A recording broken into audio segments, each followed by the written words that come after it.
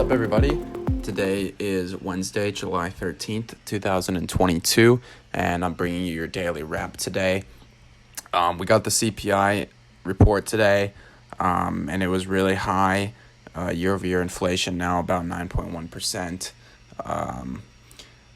And we knew this from yesterday because the White House was kind of downplaying the report that was going to come out this morning.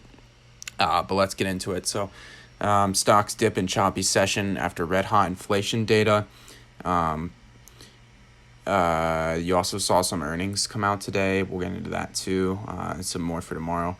So U.S. stocks edged lower for a third straight session Wednesday as investors mulled hotter than expected inflation data for June. A lot of investors, I think, were kind of expecting to see the inflation numbers start to come down.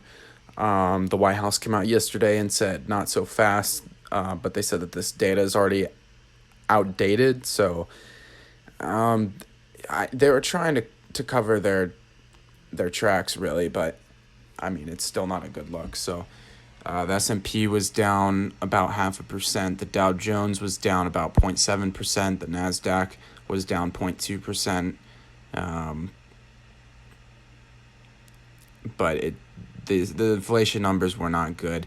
Also, we saw the Treasury yields invert the 2-year and the 10-year again. So basically what that means is when the 2-year Treasury yield is higher than the 10-year Treasury yield, it's basically saying that the market expects the Fed to raise interest rates in the short term, but they're expecting something to break, and that will enter some kind of a recession, and that they'll have to lower rates in the long term. And that's why when the yield inverts, especially in a time right now when the Fed is raising interest rates, it's really, really pointing to the fact that the market is expecting a deeper recession and they're expecting something to break. So that's something to keep an eye on as the 2-year and 10-year inverted today. You see the 2-year is at 3.17%, the 10-year is at 3.04%. So that's basically saying that investors are expecting the rate to rise in the short term, but that the Fed's going to have to kind of back off and lower rates again because we're going to enter a recession is basically what the market is expecting.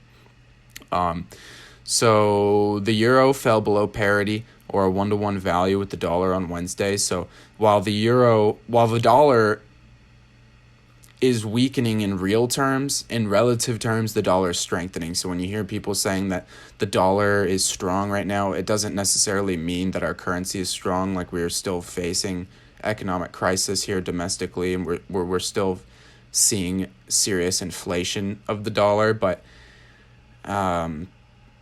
other countries and international markets are doing just as bad, if not worse. So we see relative strength of the dollar.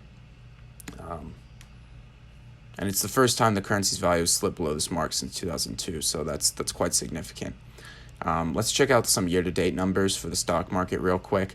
We're back in bear market territory. The S&P down over 20% year-to-date. The NASDAQ is starting to approach 30%, and the Dow Jones is still hovering around 15%. So we're still in the midst of a deep correction here, but we are in bear market territory now for the S&P 500 once again. So the headline number today was that inflation rose 9.1%. That's the most since November 1981, and it was well over the estimates. If you listened or watched yesterday, you would know that we were expecting a number that wasn't going to be good because the White House was kind of downplaying what was going to come out this morning. But nonetheless, it's not good to see a number like that. So let's take a look at this chart. Inflation surges to a new 40-year high. So as you see, inflation hasn't been this high since the 80s. Hopefully we can get it under control soon.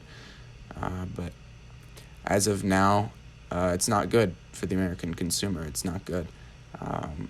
And usually these things end in the wealth gap increasing. So that's interesting.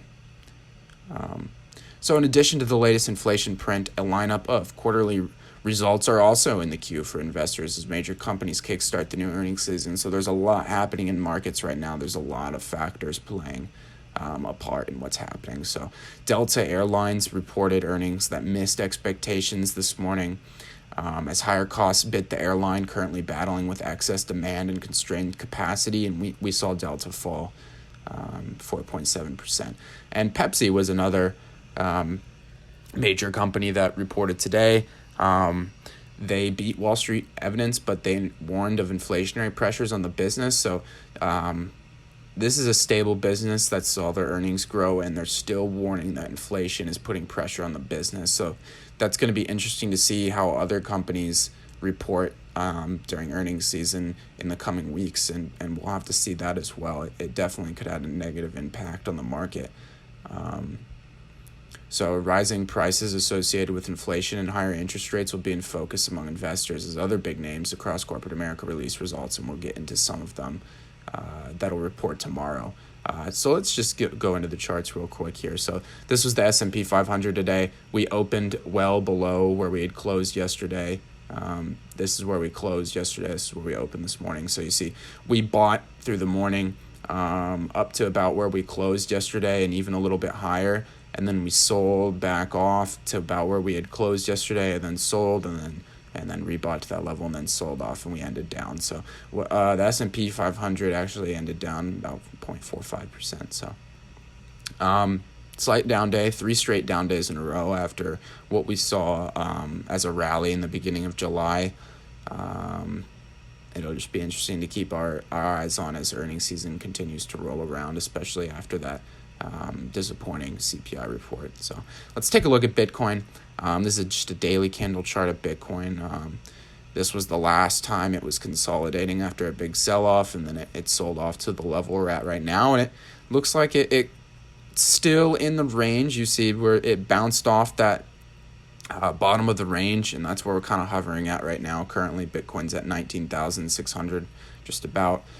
This is something I'm going to be keeping my eyes on, as I expect Bitcoin to eventually break through this range, just as it did right here, and sell down lower. If you want to know why, check out the first episode of our weekly wrap. That was from Saturday. Another one will be coming out this Saturday, so make sure to keep your eyes out for that. And again, those episodes will be longer than these daily dose episodes, where I just kind of recap what happened during the day very quickly.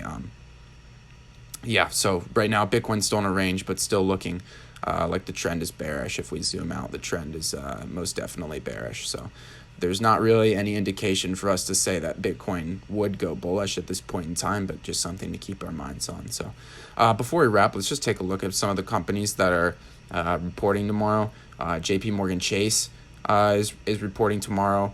That'll be interesting. Taiwan Semiconductors, that'll be really interesting, as that's one of the biggest international companies that are publicly traded, especially in the United States. Morgan Stanley is another really big one coming out tomorrow. We'll just have to keep our eyes on these and see.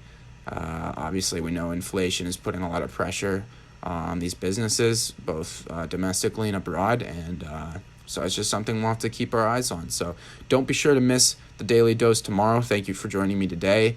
Make sure to like and subscribe, and if you're watching on YouTube, support the podcast, and if you're listening on the podcast, support us on YouTube. So again, thank you for joining us today, and I cannot wait to see you guys in the next one. Thank you.